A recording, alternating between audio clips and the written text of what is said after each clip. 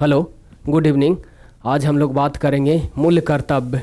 जो मूल कर्तव्य है, इसका उद्देश्य क्या होता है और ये कैसे संविधान में एक सामाजिक लक्ष्य को पाने में ये सफलता प्राप्त करेगी, इसके बारे में जानेंगे। और मूल कर्तव्य जो एक संविधान का बहुत ही महत्वपूर्ण टॉपिक है, इसको हम आज देखते हैं और अच्छे से पढ़ेंगे। चलिए हम लोग जानते हैं कि मूल कर्तव्य कहाँ से लिया गया है।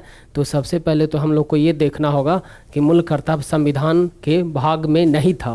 पहले ये मूल संविधान में नहीं था। इसे कब जोड़ा गया है? तो 42वां संविधान संशोधन 1976, 42वां संविधान संशोधन 1976 में के अनुसार जोड़ा गया है। और कब जोड़ा गया है? तो 1977 में अंतः स्थापित किया गया। 1977 में ये मूल कर्तव्य कहाँ जोड़ा गया? तो संविधान संशोधन हुआ 42वां संशोधन 1976 में और 1977 में अंतः स्थापित किया गया। कहाँ किया गया? तो 51 के का 51 के का में ये मूल कर्तव्य जोड़ा गया। आखिर जोड़ने का क्या उद्देश्य था? तो आखिर जोड़ने का उद्देश्य था सामाजिक लक्ष्य को प्राप्त करना। सामाजिक उद्देश्य, सामाजिक लक्ष्य क्या होता है, आखिर इसको जानते हैं। तो हम लोग जानते हैं कि ये डीपीएसपी मतलब नीति निर्देशक तत्व जो न्यायालय में परिवर्तनीय नहीं है। तो न्यायालय में परिवर्तनीय नहीं है, इससे सामाजिक लक्ष्यों में सुधार की स्थिति नहीं बनी। तो लोगों को नागरिक जो कुछ लोग बनाए थे, नागरिकता को ये मतलब आलोचकों को ये अनुभव हो गया कि अगर डीपीएसपी मतलब नीति निर्देशक तत्व को हम लोग लागू नहीं कर रहे हैं तो कुछ अगर ये मतलब सामाजिक उद्देश्य का, सामाजिक लक्ष्य को पूरा है करना है तो हम कैसे करेंगे? इससे तो देश में आशा अनुरूप नहीं कार्य हो पाएगी। तो ये इसलिए ये न्यायालय में परिवर्तनीय नहीं था डीपीएसपी नीति निर्देशक तत्व। तो इसके अनुरूप, इसके विपरीत ये लाया गया मूल कर्तव्य लाया गया कि ये मूल कर्तव्य हम लोग को करना है और किसी भी कंडीशन में ये सामाजिक लक्ष्य को पूरा करेगा। तो इसीलिए मूल कर्तव्य लाया गया और संविधान संशोधन ये 42वां संविधान संशोधन 1976 में जोड़ा गया है। और कब अंतः स्थापित किया गया? तो 1977 में अंतः स्थापित किया गया। ये कहाँ से लिया गया है? तो सोवियत संघ के संविधान से लिया गया है, इतना ध्यान रखिए। चलिए हम लोग मूल कर्तव्य को जोड़ते हैं। जो मूल कर्तव्य पहले कितना था? तो जब 42वां संविधान संशोधन किया गया तो मूल कर्तव्य कितने थे? 10 थे। लेकिन 86वां संविधान संशोधन 2002 में पुनः एक संविधान ये मूल कर्तव्य जोड़ा गया। और फिर अभी वर्तमान में कितना है? तो मूल कर्तव्य कोई पूछे कि संविधान में कितना है तो 11 है। चलिए इसको याद करते हैं कैसे, ट्रिक से। सबसे पहले मूल कर्तव्य अनुच्छेद कितना में है? तो 51 के का में है। सबसे पहला क्या है? तो संविधान का पालन करें, मतलब टू अवॉइड द कॉन्स्टिट्यूशन, संविधान का पालन करें, ये पहला होगा। पहला तो हम लोग क्या है, संविधान को पहला प्रेफरेंस देंगे और मानेंगे कि संविधान को हम लोग को पालन करना है। तो क्या होगा? पहला संविधान का पालन करें और उसके आदर्श, संस्था, राष्ट्रीय ध्वज और राष्ट्रगान का आदर करें। संविधान मतलब संविधान का हम लोग पालन करेंगे तो उसमें क्या होना चाहिए? तो पहला क्या होगा? तो उसके आदर्श, आइडियोलॉजी, संस्था इंस्टीट्यूशन, राष्ट्रीय ध्वज, नेशनल फ्लैग और राष्ट्रीय गान, नेशनल अंथेम, राष्ट्रीय गान, नेशनल अंथेम, राष्ट्रीय ध्वज, नेशनल फ्लैग, इंस्टीट्यूशन जो भी संस्था है, राष्ट्रीय संस्था है, और उनके आदर्श, आइडियोलॉजी को क्या करना है? पालन करना है। ये पहला मौलिक कर्तव्य होगा। मौलिक कर्तव्य तो संविधान का पालन करें और उनके आदर्श, संस्था, राष्ट्रीय ध्वज और राष्ट्रगान का आदर करें। ये पहला मौलिक कर्तव्य है। मौलिक कर्तव्य क्या है? तो संविधान का पालन करें, उनके जो शिक्षण संस्थान है, आदर्श हैं, संस्था है, नेशनल गान है, नेशनल अंथेम है, ध्वज है सॉरी आदर्श, संस्था, राष्ट्र ध्वज और राष्ट्रगान का पालन करें। तो कैसे याद रखेंगे? तो सबसे पहला हमारे देश में क्या है, उच्चतम स्रोत क्या है, उच्चतम ये स्तर क्या है? तो संविधान का सबसे बड़ा क्या है? तो संविधान है। तो हम लोग संविधान का पालन करें और उसके आदर्श, जो भी आदर्श बताए गए हैं, उनके आइडियल है, आइडियोलॉजी क्या है उसका आदर्श, उसके बाद संस्था, राष्ट्र ध्वज और क्या, राष्ट्र गान का पालन करें। तो पहला क्या होगा? इसको क्या बोलेंगे? नेशनल अंथेम बोलेंगे, नेशनल फ्लैग बोलेंगे। अंथेम मतलब राष्ट्रीय गान हुआ, राष्ट्रीय गान देखने का तरीका, नज़रिया अलग होना चाहिए। राष्ट्रीय गान तो नेशनल अंथेम बोलते हैं, नेशनल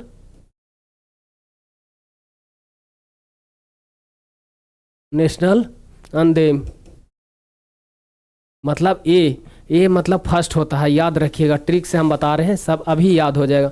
नेशनल अंदेम राष्ट्रीय गान, तो ए को याद रखिएगा, ए मतलब फर्स्ट, संविधान का पालन करें और उनके आदर्श संस्था राष्ट्रीय गान और राष्ट्रीय ध्वज, राष्ट्रीय गान और राष्ट्रीय ध्वज, राष्ट्रीय ध्वज और राष्ट्रीय गान, नेशनल अंदेम और नेशनल फ्लैग को पालन करें। तो नेशनल अंदेम, अंदेम से याद रखिएगा ए है, मतलब फर्स्ट में होगा, पहला मौलिक कर्तव्य ये है। पूछता है, क्वेश्चन में आया था एक बार बीपीएससी के क्वेश्चन में कि कौन सा मौलिक कर्तव्य नहीं है, 4 ऑप्शन था, एक ऑप्शन नहीं था, तो पूछता है कि कौन नेशनल ये मौलिक कर्तव्य नहीं है या मूल कर्तव्य नहीं है, तो ट्रिक लगाना रहता। तो 11 मतलब टोटल 11 है, सबको याद होना चाहिए। तो पहला हो गया ए से अंदेम, ए से 1 आ गया, पहला याद हो गया। दूसरा आगे जानते हैं।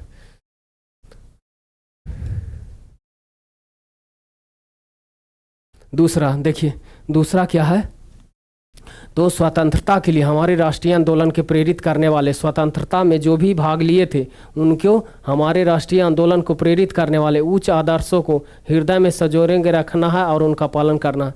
मतलब जो भी स्वतंत्रता में भाग लिए थे उनके यादों को और उनके राष्ट्रीय आंदोलन को प्रेरित करने वाले, जो भी स्वतंत्रता के लिए हमारे राष्ट्रीय आंदोलन को प्रेरित किए थे और प्रेरित करने वाले उच्च आदर्श को हृदय में संजोए रखना है और उनका पालन करना है। जो स्वतंत्रता में शहीद हुए या उनका जो भी आइडियोलॉजी दी गई है, जो भी संविधान में है, वो क्या करना है, तो हृदय में संजोए रखना है और उसका पालन करना है। जो भी ये क्या है, तो राष्ट्रीय आंदोलन को प्रेरित करने वाले उच्च आदर्श थे, जो हृदय में क्या रखना है, संजोए रखना है। तो क्या होगा, इसको कैसे याद रखना है, तो स्वतंत्रता के लिए हमारे राष्ट्रीय आंदोलन को प्रेरित करने वाले उच्च आदर्शों को हृदय में संजोए रखना है। तो कैसे याद होगा, 2, ये है 2 में। तो स्वतंत्रता के लिए कैसे याद रखिएगा बताइए, स्वतंत्रता के लिए राष्ट्रीय आंदोलन को प्रेरित करने वाले उच्च आदर्शों को हृदय में संजोए रखना है, उनका पालन करना है। तो पालन करना है, 2 कैसे याद होगा,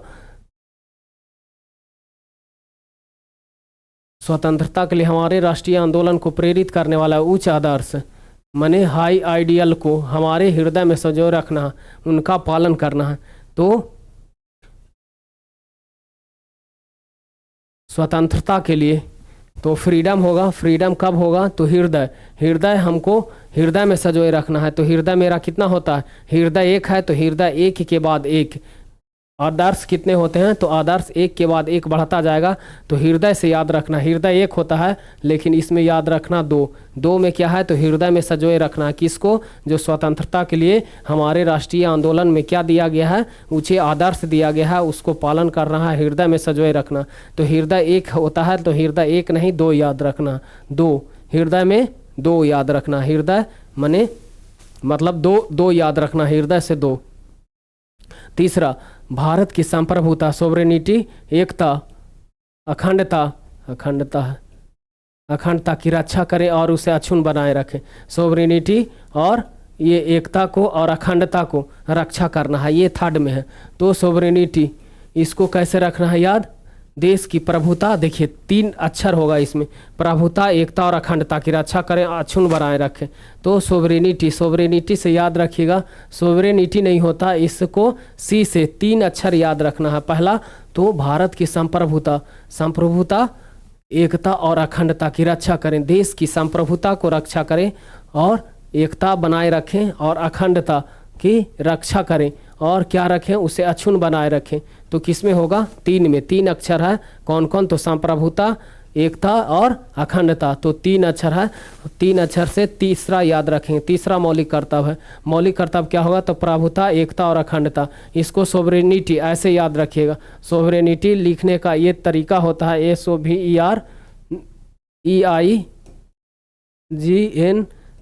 सोवरेनिटी। तो इसको भी नहीं, सी याद रखिएगा, तो सी से 3 याद रखेगा। सोवरेनिटी रखने का तरीका याद होना चाहिए कि ये अक्षुण्ण बनाए रखें, सोवरेनिटी, एकता, अखंडता या प्रभुता, एकता, अखंडता, एकता से ता से भी याद रख सकते हैं तीसरा, लेकिन और भी याद रखेंगे। सोवरेनिटी मतलब SC याद रखना है, तो SC मतलब सी से किसका होगा, तीसरा, सोवरेनिटी किस में है, तो तीसरा में है। चौथा, देश की रक्षा करें और उसके आवाहन किए जाने पर राष्ट्र की सेवा करें, आवाहन किए जाने पर राष्ट्र की सेवा करें, आवाहन है। आवाहन, आवाहन देश की रक्षा करें, और अगर देश की ज़रूरत पड़े आवाहन करें तो उनके लिए राष्ट्र की सेवा करें। देश की रक्षा करें, आवाहन किए जाने पर राष्ट्र की सेवा करें। तो इसमें क्या होगा, देश, कंट्री या डिफेंस। डिफेंस मतलब डी।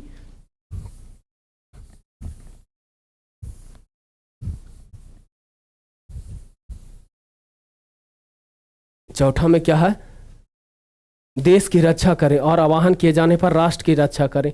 तो डी से डिफेंस होगा। तो डिफेंस किस में है, डिफेंस 4 में है। तो 4 डिफेंस, देश की रक्षा करें और आवाहन किए जाने पर राष्ट्र की सेवा करें, तो डिफेंस में डी होगा। पचमा चलते हैं, भारत के सभी नागरिकों में समरसता, समरसता है, समरसता, भारत के सभी लोगों में समरसता, सम्मान, भ्रातृत्व माने बंधुत्व की भावना, भ्रातृत्व की भावना का निर्माण करे, जो धर्म, भाषा, प्रदेश या वर्ण पर आधारित ना हो, सभी भेदभाव से पर हो, ऐसी प्रथाओं का त्याग करे, और स्त्रियों के विरुद्ध, जो स्त्रियों के विरुद्ध हो। तो ये ध्यान रखिएगा। मतलब क्या कहता है, इसमें पचमा आगे आए हैं, तो पचमा इक्वलिटी की बात बोलती है। इक्वल, इक्वलिटी मतलब EQUALITY, इक्वलिटी हुआ। इक्वलिटी मतलब 5, इक्वल मतलब 5 होगा, ई से 5 होगा लेटर में, अल्फ़ाबेटिकल लेटर में, और 5 में क्या बोला गया है, तो इक्वलिटी की बात कही गई है। सभी लोगों को समरसता एवं समान भातृत्व की भावना का निर्माण करें, जो धर्म, भाषा, प्रदेश पर आधारित ना हो और उस सभी भेदभाव से पर हो। मतलब धर्म, जाति भेदभाव या भाषा, प्रदेश पर आधारित ना हो, उससे परे हो, और जो स्त्रियों को विरुद्ध हो उस नियम का त्याग करें। तो वो किस में होगा, इक्वलिटी की बात कही गई, स्त्रियों के भेदभाव के विरुद्ध हो और धर्म, प्रदेश, भाषा, वर्ण के आधार से परे हो, उसमें हम लोग क्या करेंगे, तो इक्वलिटी की भावना रखेंगे। तो किस में होगा, 5, पाँचवा मौलिक कर्तव्य है। याद हुआ, पाँचवा इक्वलिटी, इक्वल होना, तो इक्वलिटी, इक्वलिटी ई में अल्फ़ाबेटिकल 5 आता है तो 5 होगा। तो भारत के सभी लोगों में समरसता का सम्मान, भ्रातृत्व की भावना का निर्माण करें, जो धर्म, भाषा, प्रदेश या वर्ण पर आधारित ना हो, और जो स्त्रियों के विरुद्ध हो, मतलब ऐसी प्रथाओं जो स्त्रियों के विरुद्ध हो उसको नेग्लेक्ट करना है। स्त्रियों के विरुद्ध भेदभाव नहीं हो, वो क्या होना चाहिए, इक्वलिटी की भावना रखे, और देश के वैसे लोगों में समरसता एवं समान भातृत्व की भावना का निर्माण करें, जो धर्म, भाषा, प्रदेश से परे हो। मतलब धर्म, भाषा, प्रदेश कोई भेदभाव नहीं होना चाहिए। तो इक्वलिटी की बात बोल रही है, तो किस में होगा, 5 में। फिर 6 छठा मौलिक कर्तव्य क्या बोलता है, हमारी संस्कृति की गौरवशाली परंपरा, गौरवशाली परंपरा का महत्व समझे और उनका परिरक्षण करें, माने सिक्योरिटी रखें और संस्कृति की गौरवशाली परंपरा का महत्व रखें। हमारे देश की संस्कृति की परंपरा को सम्मानित करें और क्या रखें, परंपरा को महत्व समझें और परिरक्षण करें। पर गौरवशाली, हमारी संस्कृति की गौरवशाली परंपरा को परीक्षण करें और क्या रखें, उनकी परीक्षण रखें मतलब सुरक्षा रखें, परिरक्षण रखें हमारी संस्कृति गौरवशाली परंपरा। तो इसमें क्या होगा, 6 है, 6 इक्वलिटी 5 में हो गया, उसके बाद 6 में बढ़ते हैं आगे। देखिए 6 में क्या कह रहा है, हमारी संस्कृति की गौरवशाली परंपरा का महत्व समझे, उनका परिरक्षण करें। हमारी संस्कृति है तो शिक्षा और संस्कृति किस में होगा, संस्कृति से याद रखिएगा 6 में होगा। संस्कृति की रक्षा करे और उसका परिरक्षण करे, संस्कृति से क्या रखना है, 6 याद रखना। उसके बाद 7th में प्राकृतिक पर्यावरण को मतलब ग्रीनरी रखना है। 7 का क्या होगा, ग्रीनरी। 7 से क्या रखना है याद, ग्रीनरी 7। तो प्राकृतिक पर्यावरण को जिसके अंतर्गत क्या क्या आता है, प्राकृतिक पर्यावरण को रक्षा करना है, 7वां मौलिक कर्तव्य है ग्रीनरी। जी से 7 होगा, ग्रीनरी से 7। प्राकृतिक पर्यावरण को रक्षा करें जिसके अंतर्गत कौन कौन आता है, तो वन आता है, झील आता है, नदी आता है और वन जीव आते हैं। हाँ, उनकी रक्षा करें और उसके प्रबंधन करें और उनके क्या है, प्राणहित के प्रति दया भाव रखें, उनके प्राण के प्रति दया भाव रखें। क्या क्या होना चाहिए, तो पर्यावरण को रखें और जीव जंतु को सुरक्षा प्रदान करें। ये है किस में, पर्यावरण को जिसके अंतर्गत वन, झील, नदी, तालाब इत्यादि आते हैं। पर्यावरण को रक्षा बने ग्रीनरी को बढ़ावा देना है, ग्रीनरी। और ग्रीनरी जी से क्या होता है अल्फ़ाबेटिकल में जी से 7 होता है। तो सातवां मौलिक कर्तव्य क्या है? तो पर्यावरण को रक्षा करें, जिसके अंतर्गत क्या आते हैं? जिसके अंतर्गत वन, झील, नदी और वन्य जीव आते हैं, उनको रक्षा करें और उनके संबंध में अथवा प्राणी हित के प्रति उनके प्राण हित के बारे में दया का भाव रखें। मतलब प्राणी और ग्रीनरी पर्यावरण किस में है? तो सातवां मौलिक कर्तव्य पर्यावरण की रक्षा करें, जिसमें वन है, झील है, नदी है और वन जीव है, और उनके प्राणों के रक्षा में प्राणों के संबंध में संरक्षण दें। ये 7 में है। 8 में आगे डालते हैं 8वां मौलिक कर्तव्य क्या है? तो वैज्ञानिक दृष्टिकोण का मानवतावाद या ज्ञानार्जन के सुधार की भावना का विकास करें। साइंटिफिक टेम्पोररी एंड रिमेशन पॉलिटिक्स टू साइंटिफिक टेम्पर। मतलब वैज्ञानिक दृष्टिकोण हम लोग के रखना है। मतलब वैज्ञानिक दृष्टिकोण, जैसे हम लोग को अगर वैज्ञानिक दृष्टिकोण रखेंगे तभी देश का विकास होगा। तो वैज्ञानिक दृष्टिकोण रखना है, मानवतावाद, ह्यूमैनिटी रखना है, मानववाद का ध्यान रखना है, और ज्ञान अर्जन करने की सुविधा का भावना का विकास करना है। ज्ञान अर्जन करने की सुविधा का विकास रखना है। वैज्ञानिक दृष्टिकोण मानवतावाद, तो ये हम मानववाद क्या होता है? तो ह्यूमैनिटी होता है, HUMINITY, ह्यूमैनिटी। H से 8 हो गया। तो जहाँ मानववाद की बात कही गई है तो 8वां मौलिक कर्तव्य क्या होगा? तो देश के लोगों को क्या होना चाहिए? वैज्ञानिक दृष्टिकोण रखना चाहिए, वैज्ञानिक दृष्टिकोण होना चाहिए। वैज्ञानिक दृष्टिकोण पहला, उसके मानववाद और ज्ञानार्जन के सुधार को क्या है? भावना का विकास करें। तो वैज्ञानिक दृष्टिकोण, मानवता और ज्ञानार्जन की भावना रखना है। यानी मानववाद के बात कहाँ गई है, कहाँ कही गई है? तो मौलिक कर्तव्य 8 में। ये मानवतावाद मतलब ह्यूमैनिटी, तो ह्यूमैनिटी 8 से क्या होगा? 8 होगा। आगे देखिए, सार्वजनिक संपत्ति को सुरक्षित रखना, हिंसा से दूर रहें। तो सार्वजनिक संपत्ति को सुरक्षित रखना है, पब्लिक प्रॉपर्टी को सेफ रखना और हिंसा से दूर रखना है। हिंसा से पब्लिक प्रॉपर्टी को क्या रखना? पब्लिक प्रॉपर्टी संपत्ति को सुरक्षित करना। इनकम, संपत्ति मतलब इनकम होता है। तो इनकम कहाँ से आएगा? तो इनकम आय से 9 होता है।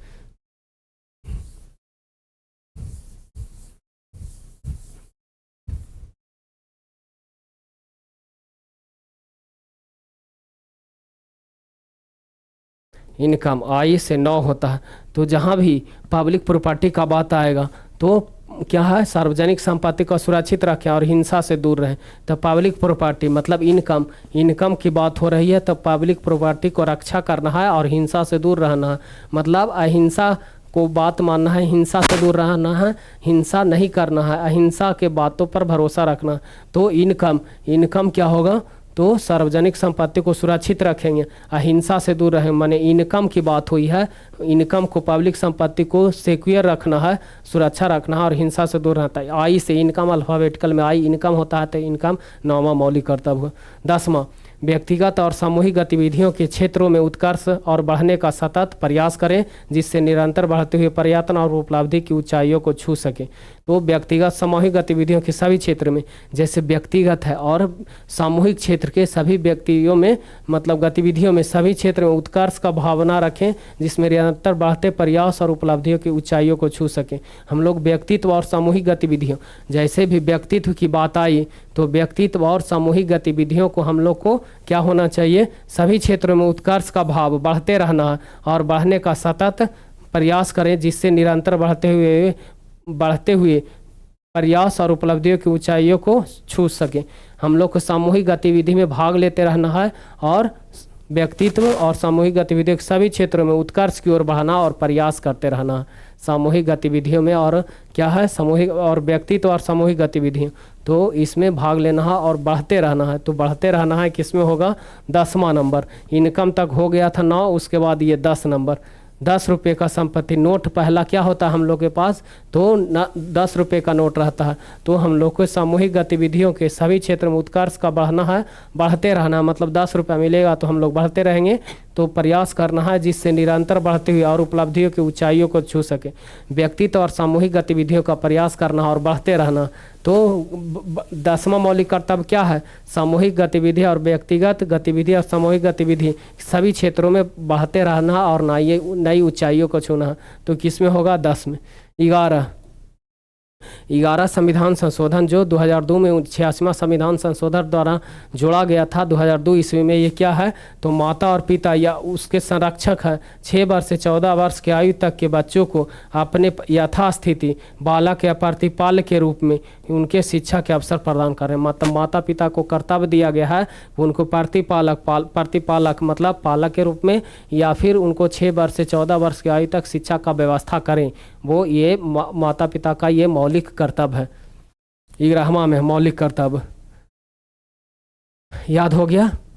ये 10 नंबर में थोड़ा कष्ट आएगा, उसको हम फिर से अगले ट्रिक में हम समझा दे रहे हैं फिगर से कैसे याद करना है। देखिए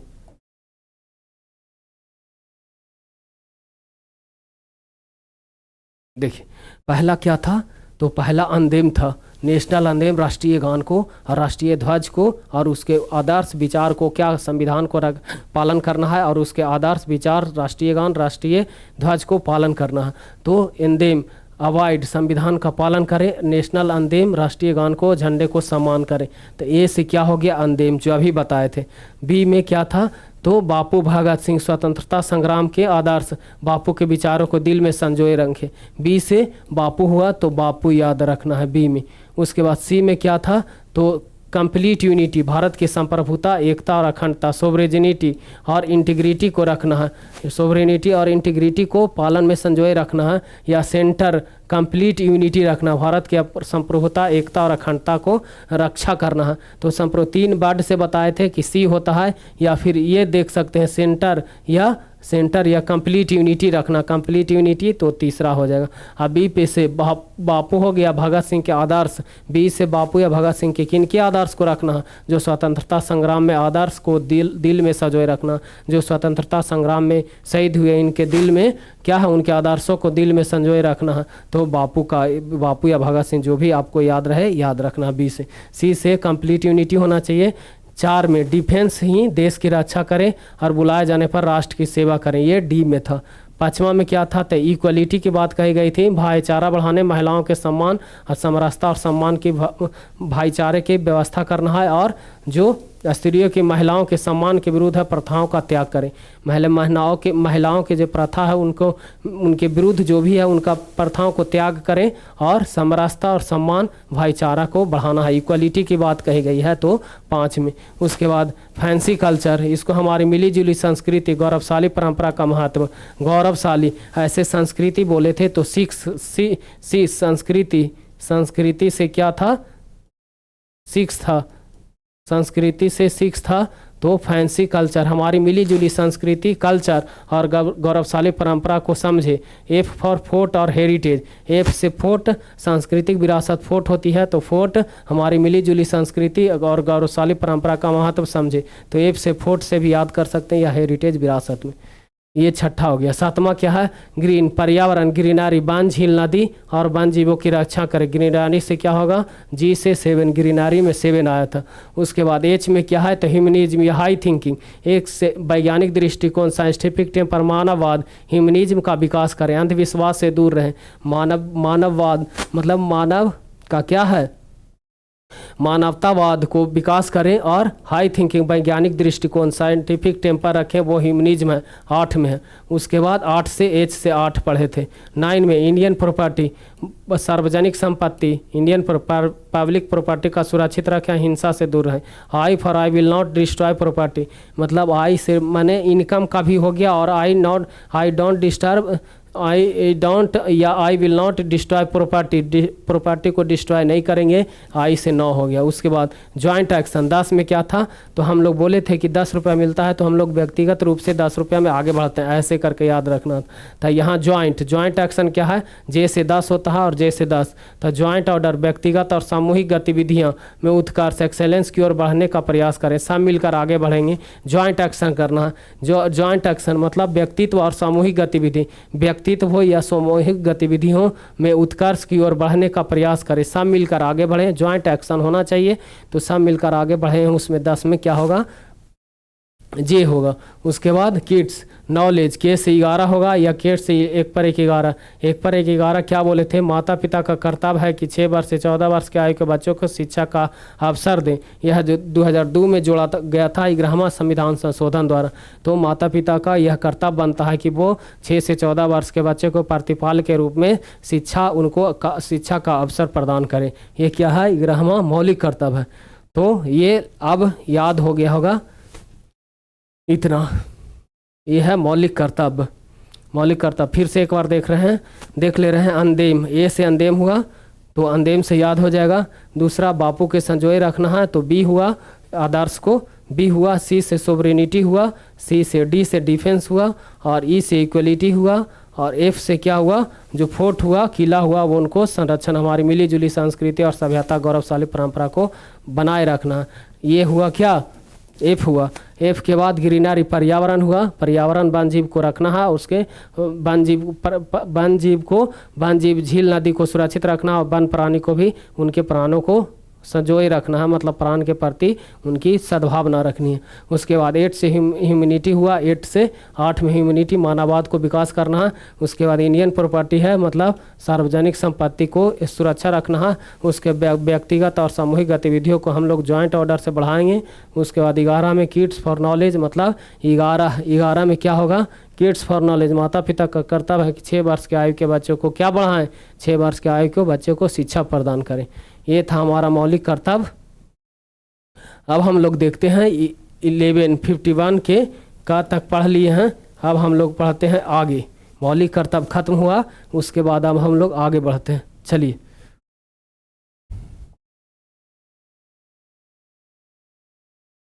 यहाँ तक पढ़े थे। अब है भाग 5। भाग 5 में क्या है, भाग 5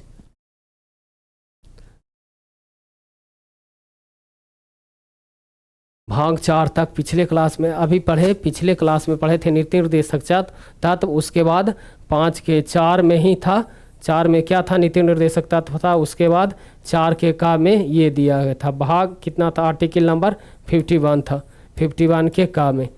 और यहाँ क्या था, तो नीति निर्देशक तत्व के बाद क्या था, मूल कर्तव्य था। चलिए अब हम लोग पढ़ते हैं 51 के 1 में ये था मूल कर्तव्य। अब हम लोग पढ़ते हैं भाग 5 है ये, भाग 5। तो भाग 5 में क्या कहा गया है, संघ और कार्यपालिका। संघ और कार्यपालिका हम लोग पढ़ेंगे। अब संघ और कार्यपालिका, इसको याद करने का तरीका समझेंगे क्या होता है। तो संघ कितना से कितना तक है, तो अनुच्छेद आर्टिकल नंबर 52 से 51, 100 है, 100 है, याद रखिएगा। भाग 5 में कितना आर्टिकल है, लगभग 100 या 101 तक भी मान सकते हैं। 52 से स्टार्ट हुआ 151 तक, 52 से 152 होता तो 100 पूरे हो जाता। ऐसे कितना है, तो 99। ऐसे एक बढ़ गया, 52 भी लेना है तो 100 हो गया। तो 52 से लेके 151 तक, ये याद रखिएगा। 52 से 152 होता तो पूरे हो जाता, लेकिन अभी भी क्या है, 100 है। तो संघ क्या है, तो भाग 5 में संघ है। कहाँ से कहाँ, तो 52 से 151। कार्यपालिका के अंतर्गत राष्ट्रपति और उपराष्ट्रपति पढ़ेंगे। कार्यपालिका के अंतर्गत कौन है, तो राष्ट्रपति और उपराष्ट्रपति। तो चलिए 51 तक पढ़ लिए हैं, 51 के का भी अभी पढ़े। उसके बाद अब हम लोग पढ़ते हैं 52, मतलब भारत का राष्ट्रपति होगा। देश का क्या होगा, एक भारत का एक राष्ट्रपति होगा। तो राष्ट्रपति होता है तो 52, राष्ट्रपति कहाँ से, 52। उसके बाद 53 में ये प्रेसिडेंट ऑफ इंडिया, पी से 52 कितना होगा, तो पहला तो याद ही रहता है कि 51 के का तक है। उसके बाद हम लोग भारत का राष्ट्रपति कौन होगा, 52 होगा। 52 में क्या होगा, तो राष्ट्रपति होगा। उसके बाद संघ की कार्यपालिका शक्ति, ऐसे याद रखिएगा। संघ सी, मतलब संघ की कार्यपालिका से executive power of union, executive power, संघ की कार्यपालिका शक्ति। तो संघ की कार्यपालिका शक्ति किस में निहित होती है, तो संघ की कार्यपालिका शक्ति राष्ट्रपति में निहित होती है। संघ से ऐसे याद रखिएगा, 3 में क्या होगा, संघ ऐसे, संघ से कैसे याद होगा बताइए। संघ की कार्यपालिका शक्ति ऐसे याद सकते हैं। शक्ति किस में है, तो 3 में है, तो 53 होगा। 52 से इतना याद रखना होगा कि 52 में क्या है, तो राष्ट्रपति है। तो भारत का एक राष्ट्रपति होगा, प्रेसिडेंट ऑफ इंडिया, किस में, 52 में। जब 52 स्टार्टिंग हो रहा है 52 से 151 तक, तो भारत का एक राष्ट्रपति होगा 52। ये हम लोग पढ़ेंगे आगे, लेकिन अभी पहले स्टार्टिंग में हम लोग पूरे आर्टिकल को ख़त्म करेंगे। तो भारत का राष्ट्रपति होगा कितने में 52। उसके बाद संघ की कार्यपालिका शक्ति, भारत एक संघ है और संघ में कितने राज्य हैं तो 28 राज्य, 8 के केंद्र शासित प्रदेश है। तो संघ की कार्यपालिका शक्ति, शक्ति है तो 3 याद रख, शक्ति ता बना तो ता से 3 याद होगा शक्ति। संघ की शक्ति किस में होगा तो 53 में। उसके बाद निर्वाचन, देखिए निर्वाचन 4 आ रहा है, इसमें निर्वाचन इलेक्शन ऑफ द प्रेसिडेंट 4 से 4 होगा, मतलब 54 याद रखिएगा। राष्ट्रपति का निर्वाचन किस में है, शक्ति होगा तृतीय याद रखिएगा 53। उसके बाद निर्वाचन होगा 4 से राष्ट्रपति का निर्वाचन तो 54 होगा। उसके बाद राष्ट्रपति के निर्वाचन की रीत होता है तो manner of election of president, मतलब राष्ट्रपति के निर्वाचन की रीति क्या है, प्रोसेस क्या है तो रीति कहलाएगी। रीत मतलब इलेक्शन 5, यहाँ देखिए राष्ट्रपति के निर्वाचन की रीत, manner of election of president, manner क्या होना चाहिए, निर्वाचन की रीत क्या है तो इलेक्शन कितना होगा, इलेक्शन निर्वाचन की रीत किस में है तो manner of election of president किस में होगा तो 5, ई से 5 हुआ तो 5 होगा। निर्वाचन की रीति किस में होगी तो 55 में।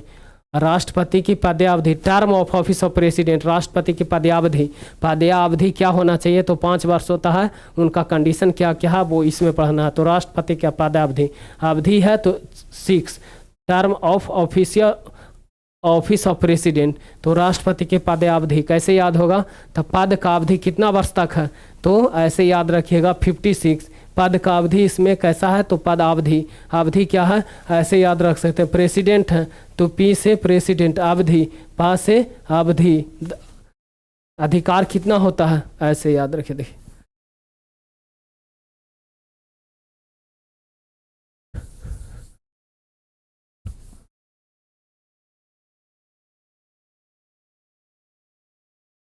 राष्ट्रपति की पद अवधि क्या है तो पी से कितना होता है, पी से पद अवधि पी से 16 होता है तो पी से 16, तो 16 से 6 याद रखना। पदावधि कितना होगा तो पी से 50 के अंतर्गत है तो छठा होगा तो 56। राष्ट्रपति कितना होगा तो पदावधि कितना है तो 56। पी से पदावधि, पा से पदावधि और पी से 66 तो 56 होगा पदावधि। उसके बाद पुनर्निर्वाचन की रीत, पात्रता, पुनर्निर्वाचन, एलिजिबिलिटी फॉर री इलेक्शन कैसे होगा तब पुनर्निर्वाचन की पात्रता, पुनर्निर्वाचन कैसे होगा री इलेक्शन, तो री इलेक्शन एलिजिबिलिटी ऑफ फॉर री इलेक्शन पात्रता होगा तो ता से याद रखना होगा। यहाँ भी थोड़ा सा याद करना ही होगा। पा से पात्रता, ता से ता है तो 17 याद रखिएगा। 17 मतलब पुनर्निर्वाचन की पात्रता किस में होगा तो 17 में होगा। 7 से 17 और 7 से 17।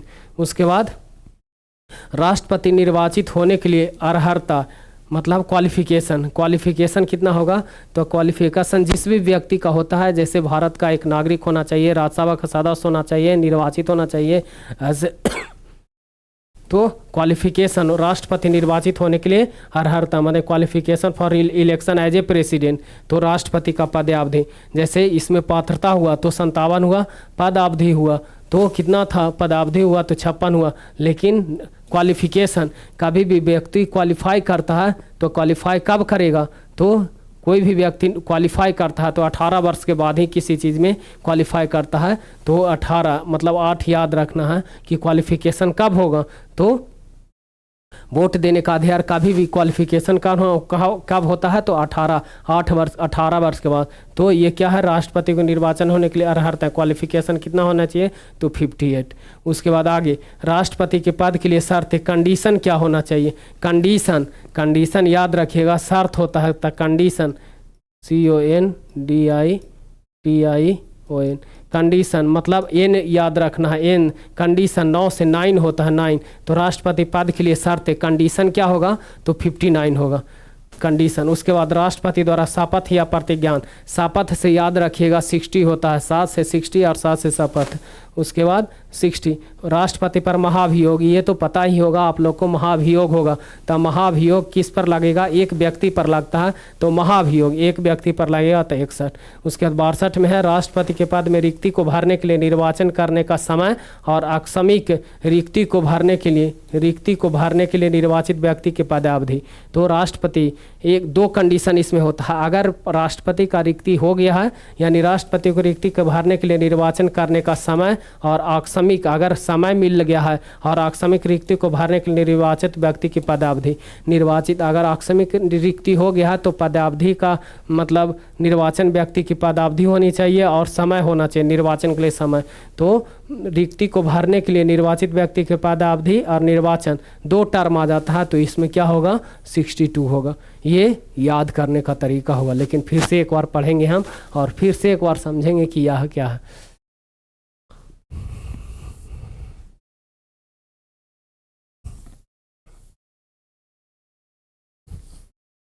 ये राष्ट्रपति का हुआ पूरे आर्टिकल।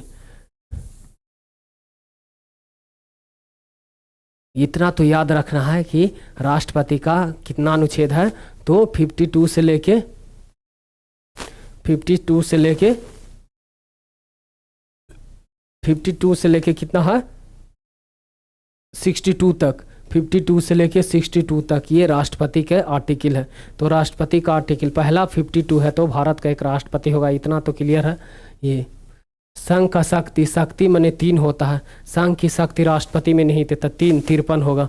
उसको निर्वाचन है तो 4 होगा। उसके बाद रीत है, निर्वाचन की रीत है, तो रीत क्या होगा, तो मैनर ऑफ इलेक्शन, इलेक्शन निर्वाचन की रीत, इलेक्शन कितना में होता है, तो निर्वाचन की रीत 55 में, 5 इलेक्शन तो ई से 5 हो गया। छठा में पदावधि, पास से पी से 16 होता है, तब पदावधि कितना हुआ 16 में। पुनर्निर्वाचन, पात्रता ता से 17 होगा और पात्रता पुनर्निर्वाचन के लिए पात्रता 17 में। राष्ट्रपति निर्वाचित होने के लिए क्वालिफिकेशन, कब भी क्वालिफिकेशन कोई व्यक्ति वोट देने का अधिकार अर्हता कब होता है, क्वालिफिकेशन होना चाहिए राष्ट्रपति में, तो 18 होगा। राष्ट्रपति पद के लिए शर्तें, कंडीशन क्या होना, कंडीशन है तो 9 से 9 होगा, ये 9 होगा। उसके बाद राष्ट्रपति द्वारा शपथ, शपथ मतलब 60 होना चाहिए। शपथ कब होगा, शर्त कब क्या है तो 59, और शपथ क्या है प्रतिज्ञान क्या है तो 60। उसके बाद राष्ट्रपति पर महाभियोग, महाभियोग एक ही व्यक्ति पर लगेगा तो 61। और जब राष्ट्रपति के पद में रिक्ति को भरने के लिए निर्वाचन करने का समय, जब राष्ट्रपति का पद को रिक्त हो जाता है तो निर्वाचन करने का समय 1, और आकस्मिक रिक्ति को भरने के लिए निर्वाचन व्यक्ति की पदावधि, तो ये 2 कंडीशन होता है। तो ये किस में होगा 62 में होगा। हम ये करते हैं कि आपको इतना याद हो गया होगा अभी भी, 62 सिर्फ याद कर लेना है, बाकी ट्रिक से याद हो जाए।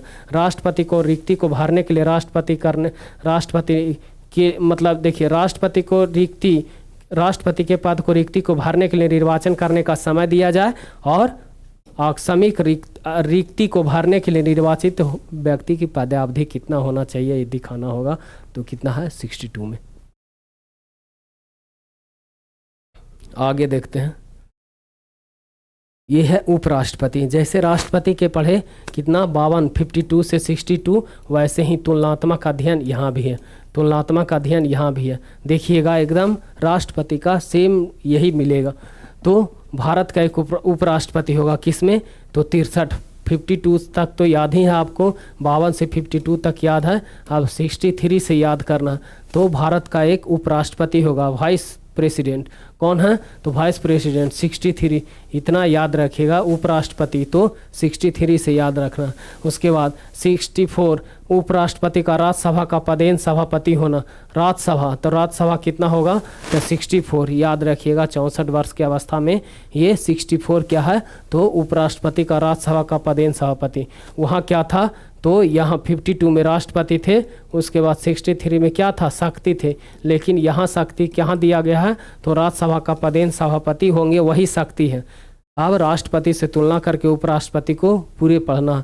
वहाँ 53 में क्या था, तो 53 में थे राष्ट्रपति की शक्ति कितना था, तो 53 में। यहाँ उपराष्ट्रपति का राज्यसभा का पदेन सभापति होने, यही इनका शक्ति है, तो ये 64 में होगा। 65 राष्ट्रपति का पद में आकस्मिक रिक्ति के दौरान या उसके अनुपस्थिति में राष्ट्रपति के रूप में कार्य करना। मतलब राष्ट्रपति का पद अगर पहले राज्यसभा का पावर मिल गया 64 में, उसके बाद राष्ट्रपति का पद में आकस्मिक रिक्ति के दौरान या अगर वो नहीं है, अनुपस्थित हैं, तो उनके राष्ट्रपति के रूप में कार्य करना। मतलब उपराष्ट्रपति को राष्ट्रपति के रूप में कार्य करना, उनके कर्तव्य कृत्यों का निर्वहन किस में है, तो 65 में है। मतलब पद का उपयोग करना, पद से 65 याद रखिएगा। और राष्ट्रपति का पद का उपयोग करेंगे कौन, तो उपराष्ट्रपति करेंगे, तो 65 में होगा। इसमें उपराष्ट्रपति का क्या होगा, राज्यसभा का पदेन सभापति हैं तो 64, और उनके जगह पर काम करेंगे राष्ट्रपति की जगह पर अगर अनुपस्थित हो तो 65 होगा। पद का उपयोग करेंगे तो 65। उसके बाद 66 निर्वाचन। देखिए निर्वाचन, तो निर्वाचन किस में होगा, 2 बार इलेक्शन होता है, तो ऐसे याद रखिएगा। 6 इलेक्शन कब होगा, तो 6 होगा 2 बार, तो राष्ट्रपति का निर्वाचन। पदयावधि, वहाँ पदयावधि क्या था, 56 था, 56 है। यहाँ पदयावधि क्या है, तो निर्वाचन होगा तो भी तो उनका पद का भार होगा, निर्वाचन के बाद पद का भार होगा, तो 67 में याद रखिएगा। निर्वाचन और पदयावधि यहाँ दोनों सेम है, मतलब निर्वाचन 66 हो गया, उसके पद का अवधि होगा कितना, पदयावधि कितना होगा, 67 में। उपराष्ट्रपति का पद में रिक्ति, उसके बाद भरने के लिए निर्वाचन करने। अब वहाँ क्या था, वहाँ लास्ट में था 62 में, और यहाँ क्या है 68 में है। 62 से 68 में कितना अंतर है, देखिए 6 का। तो उपराष्ट्रपति के पद को रिक्ति भरने के लिए निर्वाचन करने का समय और आकस्मिक रिक्ति को भरने के निर्वाचन के व्यक्ति की पदावधि, तो वो कहाँ है, 68 में। याद हुआ, फिर से हम देखिए एक बार फिर से पढ़ दे रहे हैं। पहले उपराष्ट्रपति है तो 63 होगा, फिर राज्यसभा का सदस्य होगा तो 64 होगा, फिर 65 होगा तो क्या होगा, 65 में अगर वो अनुपस्थित हैं तो पद का उपयोग करेंगे, ऐसे याद रखें, पद का उपयोग करेंगे तो 65। उसके बाद 66 में निर्वाचन होगा, फिर निर्वाचन हो गया तो पदावधि 66 के बाद 2 बार निर्वाचन होगा, ऐसे याद रखिएगा। पहले राष्ट्रपति का होगा, उसके बाद उपराष्ट्रपति का होगा, ऐसे याद रखना है। तो 66 डबल बार है तो 6। उसके बाद 7 में क्या होगा, तो उपराष्ट्रपति का पदावधि 7 होता है, तो 7 जैसे ही निर्वाचन होगा उसके बाद पदावधि होगा 67। उसके बाद 2 टर्म आता है 68, याद रखिएगा, 2 का अंतर है 68। तो उपराष्ट्रपति को रिक्ति को भरने के लिए निर्वाचन करने का समय और आकस्मिक रिक्ति को भरने के निर्वाचित व्यक्ति की पदावधि, ये 68 में है। उसके बाद उपराष्ट्रपति का क्या है, द्राप या उपराष्ट्रपति का प्रतिज्ञान, उपराष्ट्रपति का शपथ या प्रतिज्ञान होता है, उपराष्ट्रपति का शपथ या प्रतिज्ञान। उपराष्ट्रपति का शपथ या प्रतिज्ञान, वहाँ राष्ट्रपति का 60 था तो यहाँ 69 होगा। उपराष्ट्रपति का शपथ या प्रतिज्ञान किस में है, तो शपथ, याद रखिएगा, शपथ या प्रतिज्ञान। प्रतिज्ञान 9 से याद रख, ज्ञान ना है तो ना से 9, 69 होगा प्रतिज्ञान। उसके बाद 70 अन्य आकस्मिकता में राष्ट्रपति के, जो अन्य आकस्मिकता होगा ये तो टाइमली बाई कभी कभी होंगे राष्ट्रपति के पद में आकस्मिक रिक्ति, लेकिन अभी और कभी अन्य आकस्मिकता होगा, जैसे कोई गुजर गए या किसी का कहीं तबीयत खराब है, रिजाइन दे दिए, तो हाँ आकस्मिकता के में राष्ट्रपति के कृत्यों का निर्वहन कौन करेंगे, 70 में। इसमें है कि राष्ट्रपति के पद में आकस्मिक रिक्ति के दौरान या उनकी अनुपस्थिति में कहीं विदेश दौरा में गए यहाँ कहीं है तो होगा तो 65, लेकिन अन्य आकस्मिकता है, एक आकस्मिकता है तो 65 पद का उपयोग करेंगे, लेकिन यहाँ 5 ज़्यादा है 70 में, तो अन्य आकस्मिकताओं में राष्ट्रपति के कृत्यों का निर्वहन का क्या है, 70 में। उसके बाद 71 राष्ट्रपति या उपराष्ट्रपति निर्वाचन से संबंधित या संस्कृत विषय, राष्ट्रपति दोनों में, यहाँ 61 में क्या है, तो राष्ट्रपति उपराष्ट्रपति के निर्वाचन से संबंधित या कोई विषय हो तो होना चाहिए, विषय हो या संबंधित या विषय हो। राष्ट्रपति उपराष्ट्रपति निर्वाचन से संबंधित विषय में दोनों का विषय हो, किसी निर्वाचन से संबंधित कुछ बातें हो तो 71 में। उसके बाद क्षमादान, जानते ही हैं, क्षमादान और कुछ मामलों में दंडादेश के निलंबन, परिहार या लघुकरण, सस्पेंड भी कर सकते हैं, कम कर सकते हैं, रिमिट कर सकते हैं या लघुकरण कम्यूट कर सकते हैं, ये है 72 में। 72 में याद रखिएगा, राष्ट्रपति का क्षमादान किस में है, तो 72 में।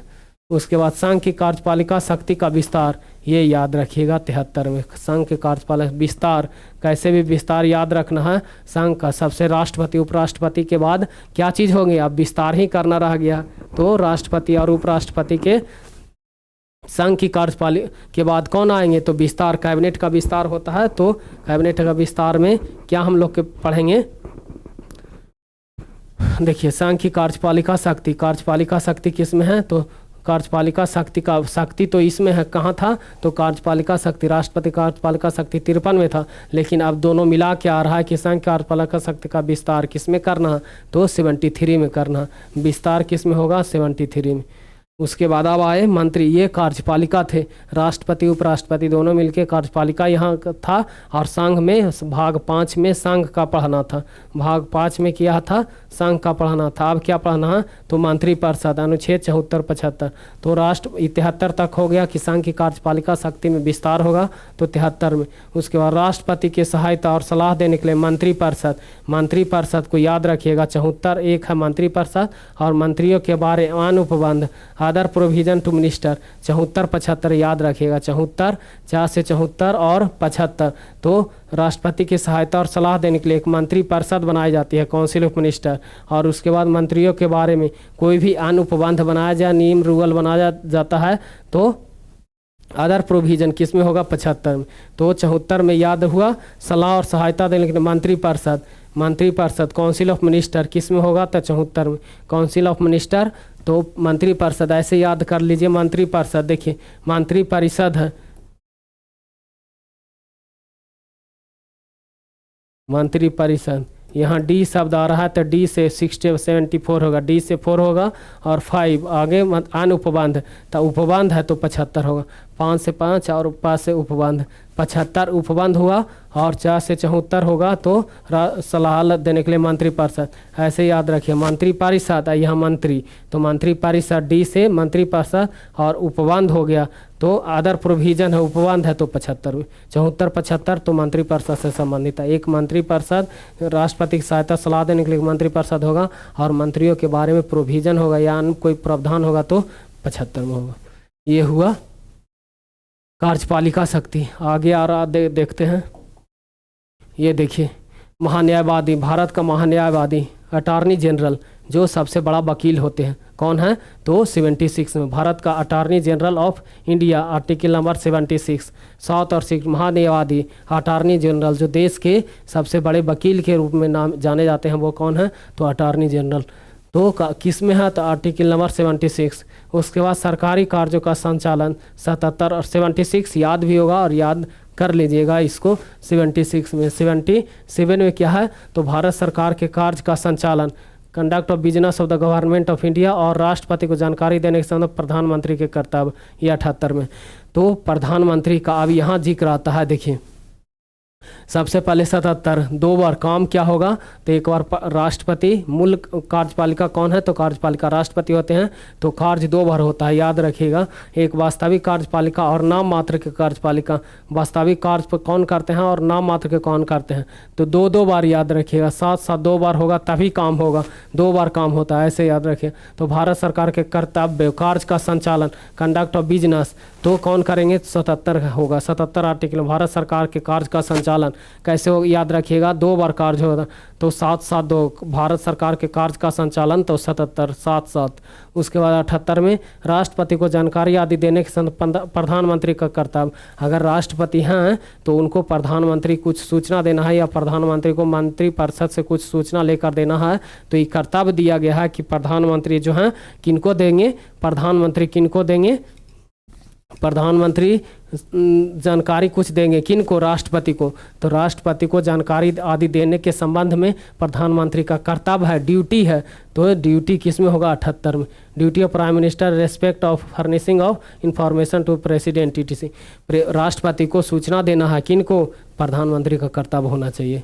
तो क्योंकि प्रधानमंत्री मंत्रिपरिषद से कनेक्ट होते हैं, तो प्रधानमंत्री को जानकारी देने के संबंध में क्या है, राष्ट्रपति को जानकारी देने आदि के संबंध में प्रधानमंत्री का कर्तव्य, ड्यूटी, तो 78। ऐसे भी डी से ड्यूटी 4 दूनी 8 78 याद रखिए। ड्यूटी है किनको, तो प्रधानमंत्री को, किनको सूचना देना, तो राष्ट्रपति को ड्यूटी। और 77 भारत सरकार के कार्य का संचालन, conduct of business of the government of India, Bharat सरकार के कार्य का संचालन कौन करेंगे, तो 73, ये 78 हो गया।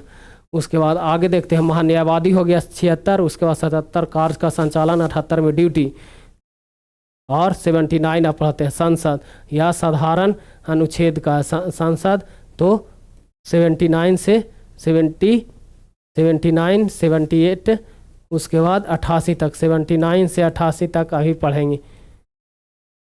संसद के बारे में हम लोग जानते हैं। संसद का गठन, कॉन्स्टिट्यूशन ऑफ पार्लियामेंट, संसद का गठन कब होता है, तो चुनाव के बाद जब संसद का गठन होता है तो 79 संसद 9 संसद का गठन, 9 से 9 याद रखिएगा, 9 तो 79। गठन कब होगा तो 79 होगा। पार्लियामेंट का गठन, संसद का गठन 79।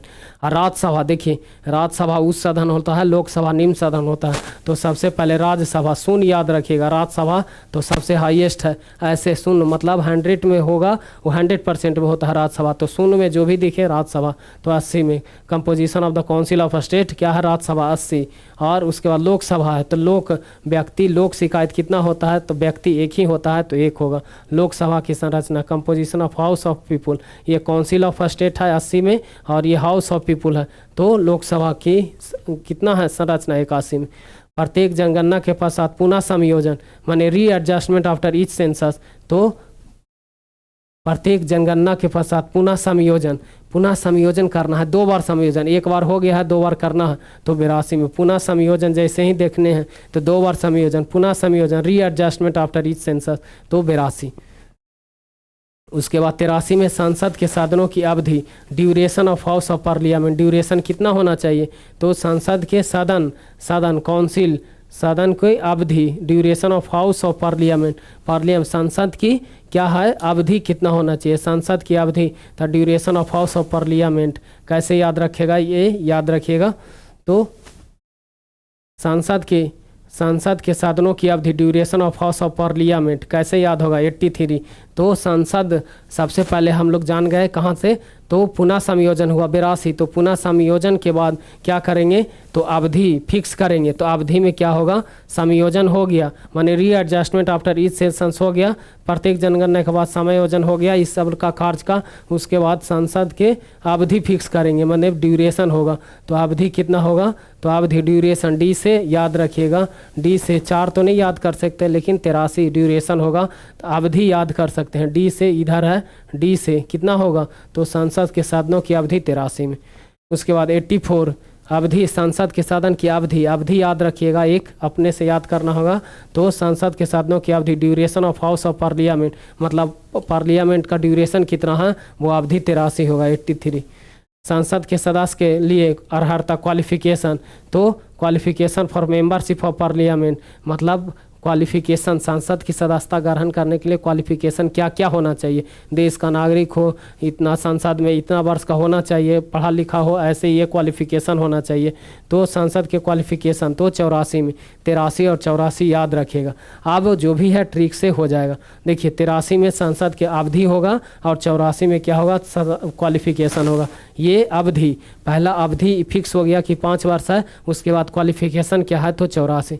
उसके बाद सत्र अवसान और विघटन मतलब पार्लियामेंट अब 85 होगा, पास से पार्लियामेंट में सेंशन ऑफ कितना होना प्रोपगेशन और डिजोल्यूशन मतलब सत्र चल रहा है तो सत्र अवसान हो गया तो और विघटन हुआ तो तीनों किस में है तो 85 में। ऐसे याद रखिएगा पार्लियामेंट किस में है तो संसद के सत्र सावधान विघटन, डिजोल्यूशन, प्रोपगेशन ये सत्र अवसान होता है, प्रोपगेशन कहलाता है, वो किस में है तो 85 में। प्रोपगेशन किस में है तो 85 में। सत्र अवसान और विघटन 85। सेशन अगर चल रहा है तो सत्र के सत्र अवसान और विघटन, session of parliament propagation and dissolution किस में होगा सत्र अवसान तो प्रोपगेशन 85 में पी से। उसके बाद अभिभाषण भा से 60 अभिभाषण को उनके संदेश भेजने का राष्ट्रपति का अधिकार। सदन में जो अभिभाषण हुआ या अभिभाषण का और उनके संदेश भेजने के राष्ट्रपति का अधिकार है। मतलब सदन में जो भी कहा गया उसके अभिभाषण तैयार करना और भेजना किनका कर्तव्य है तो राष्ट्रपति का कर्तव्य है। Right of president to address and send message to house मतलब अभिभाषण जो हुआ राइट ऑफ प्रेसिडेंट, राइट है किन का अधिकार है तो राष्ट्रपति का अधिकार है। अभिभाषण का और संदेश भेजने का राष्ट्रपति का अधिकार है। तो राष्ट्रपति देखिए राष्ट्रपति तो पी से यहाँ राष्ट्रपति का अधिकार याद रखिएगा 86 में। राष्ट्रपति का विशेष अभिभाषण एक भाषण है और एक विशेष अभिभाषण है तो special address by the president special होगा तो किस में होगा 87 में।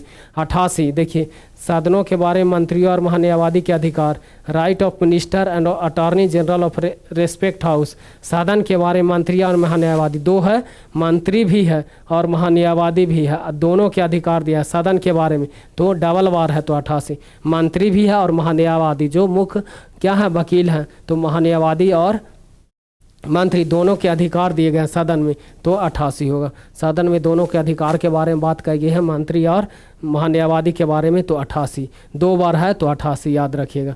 फिर से एक बार देखते हैं, ये क्लियर हो जाएगा। उसके बाद एक और है ये 100 तक हम लोग आज पढ़ेंगे।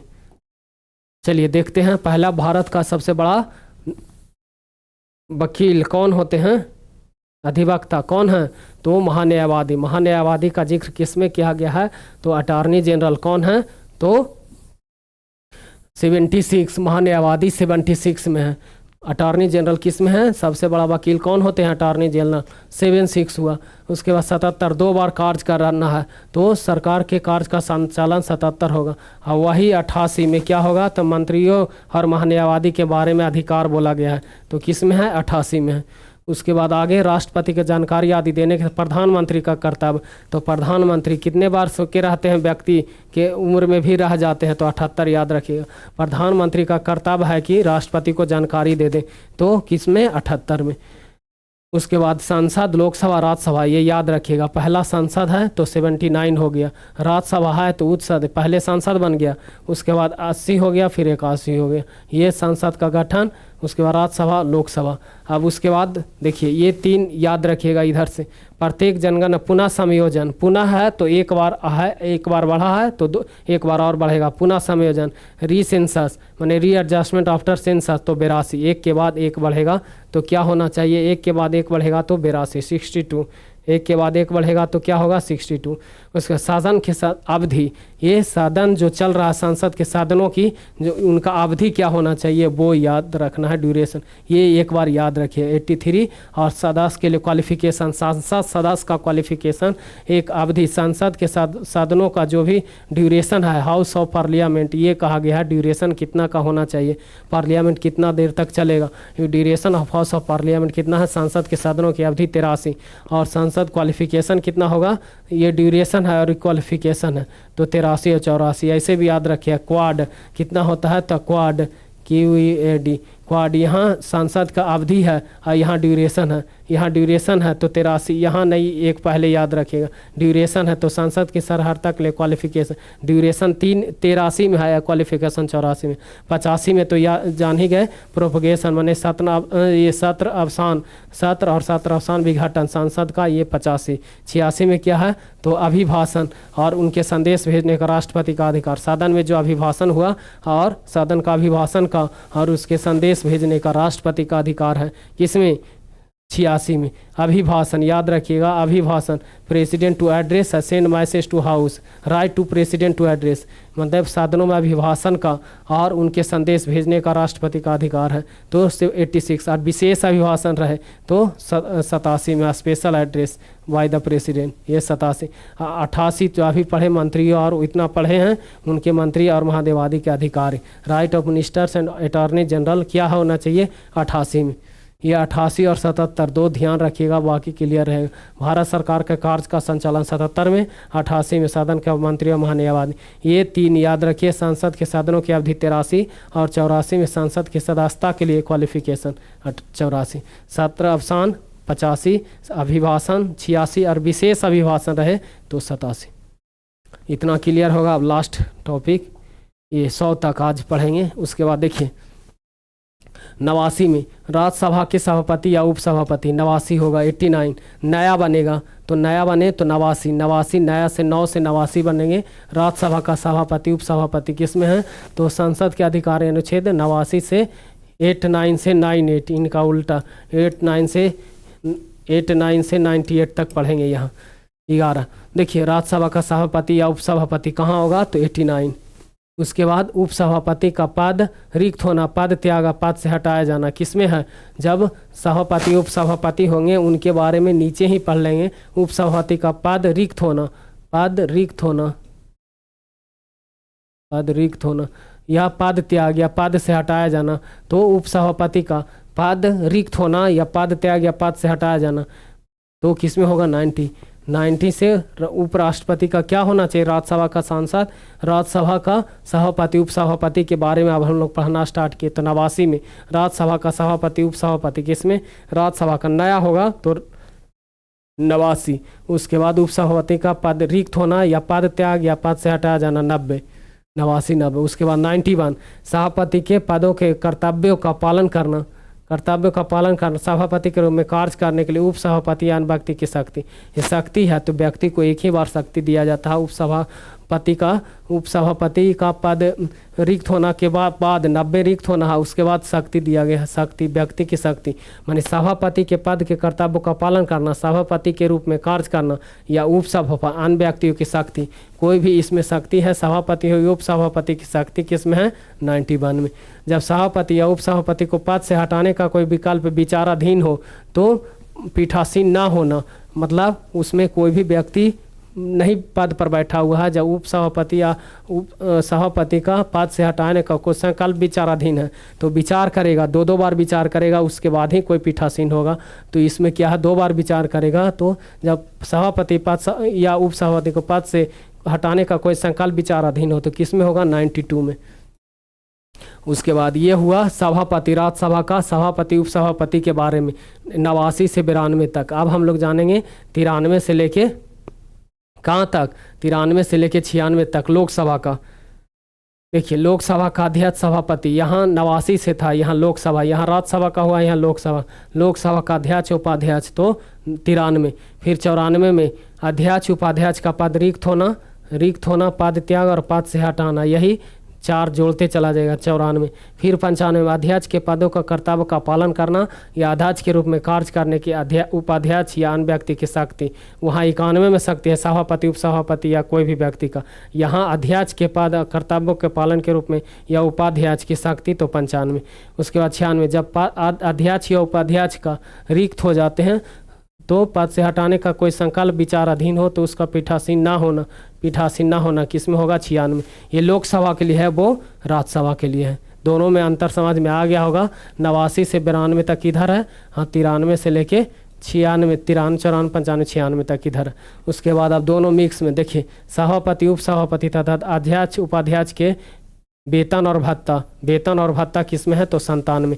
वेतन कब मिलता है तो वेतन और भत्ता से वेतन और भत्ता किस में होगा तो 97, याद रखिएगा। और सांसद का सचिवालय सेक्रेटारिएट, संसद का सचिवालय किस में है तो 98, सचिवालय किस में है तो 98, याद रखिएगा। और वेतन चार का वेतन किस में होगा सभापति उप सभापति अध्यक्ष और उपाध्यक्ष के वेतन और भत्ता 97 और सचिवालय किस में 98। उसके बाद 99 सदस्यों द्वारा शपथ या प्रतिज्ञान कार्य संचालन जो करते हैं वो है 99। और 100 ये सदस्यों द्वारा शपथ या प्रतिज्ञान जो व्यक्ति शपथ लेते हैं उनका सदस्यों द्वारा शपथ या प्रतिज्ञान जो भी है वो 99। और 100 में क्या है तो साधनों में मतदान रिक्तियों के होते हुए साधनों की कार्य करने की शक्ति। और कोरम जो गणपूर्ति बोलते हैं, गणपूर्ति बोला जाता है। कोरम की संख्या कितना है तो संसद में मतदान या रिक्तियों के होते हुए रिक्ति अगर मतदान हो रहा है, रिक्ति चल रहा है, उसमें भी सांसद के कार्य करने की शक्ति। और कोरम मतलब 50 है तो कोरम 1/10 होता है, मतलब 50 का 1/10 कितना हुआ 1/10 5 सदस्य भी रहेगा तो कार्य चलेगा। ऐसे होता है जैसे 500 का 10% कितना हुआ 50 तक। कोरम की संख्या 50 का अगर सांसद है तो काम चलेगा। या तो मतदान हो रहा है रिक्ति हो रहा है उससे कोई फर्क नहीं पड़ता। तो साधनों में मतदान या रिक्ति के होते हुए भी साधन में मतदान या रिक्तियों के होते हुए साधन के कार्यों की शक्ति और गणपूर्ति कोरम किस में है तो 100 में है। ये 100 में। 99 में क्या है सदस्य द्वारा शपथ या प्रतिज्ञान जो संसद सदस्य जो होता है ना शपथ लेता है या प्रतिज्ञान करता है तो 99। ये याद रखिएगा। चारों का वेतन भत्ता किस में है तो 97। और इस संसद का सचिवालय इधर 3 याद रखिए। संसद का सचिवालय 98, 99 में सदस्यों द्वारा शपथ या प्रतिज्ञान। उसके बाद सदन में मतदान रिक्तियों के होते हुए भी सदन की कार्रवाई में शक्ति और गणपूर्ति मतलब कितना रहना चाहिए, कोरम का संख्या कितना होना चाहिए कि मतदान भी हो रहा है या रिक्ति होते हुए सदन का कार्य का संचालन किया जा सके, वो 100 में है। पूरे 100 का काम 100 रुपये में चलाते रहिए, ये ध्यान रखना है। और कोरम का पूरा करना है तो ये 100 होगा। सचिवालय 98। ये हुआ आज का कहाँ से कहाँ 51 से लेके 100 तक आर्टिकल याद करने का तरीका है। और इसको अच्छे से एक बार देख लीजिएगा, याद हो जाएगा। आगे हम फिर से कंटिन्यू करेंगे। Thank you. आज के लिए इतना ही। Thank you.